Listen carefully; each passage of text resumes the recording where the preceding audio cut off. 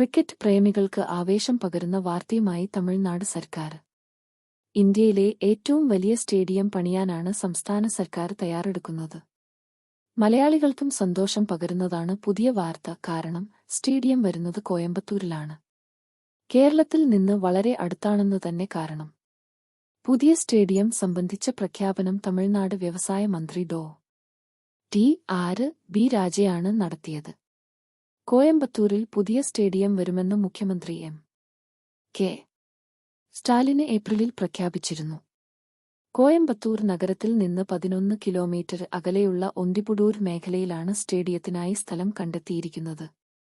കേരള അതിർത്തിയിൽ നിന്ന് 35 കിലോമീറ്റർ മാത്രമാണ് ഇവിടേക്കുള്ള ദൂരം.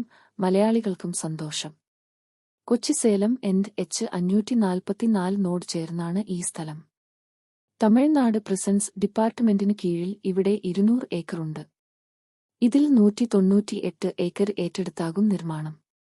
5 star hotel, restaurant, broadcasting centre, cricket museum എന്നിവയും നിർമ്മിക്കും. തമിഴ്നാട് സ്പോർട്സ് ഡെവലപ്മെന്റ് അതോറിറ്റിയാകും നിർമ്മാണത്തിന് മേൽനോട്ടം വഹിക്കുക. നിർമ്മാണം പൂർത്തിയാകുന്നതോടെ അന്താരാഷ്ട്ര മത്സരങ്ങൾക്കൊപ്പം IPL-നും പുതിയ സ്റ്റേഡിയം വേദിയാകും. കേരളത്തിന് ടീമില്ലാത്തതിനാൽ ബംഗളൂരുവിലോ ചെന്നൈയിലോ പോകണമായിരുന്നു മലയാളികൾക്ക് IPL കാണാൻ. കോയമ്പത്തൂർ സ്റ്റേഡിയം വരുന്നതോടെ IPL കാണുകയെന്ന ചെലവ് കുറഞ്ഞ കാര്യമായി മാറും മലയാളികൾക്ക്. മോദി സ്റ്റേഡിയത്തെ പിന്തള്ളും.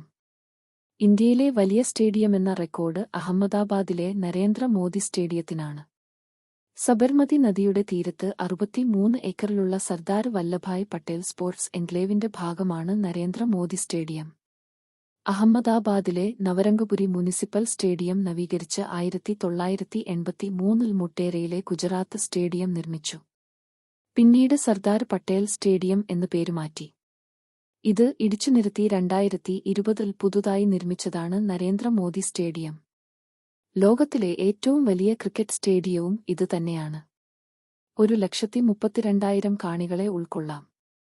1,24,000 സീറ്റുകളുള്ള ഓസ്ട്രേലിയയിലെ മെൽബൺ ക്രിക്കറ്റ് സ്റ്റേഡിയമാണ് 2ാം സ്ഥാനത്ത്. ഇതുപോലുള്ള ഇൻഫർമേറ്റീവ് വീഡിയോസിനായി ചാനൽ സബ്സ്ക്രൈബ് ചെയ്ത് സപ്പോർട്ട് ചെയ്യുക.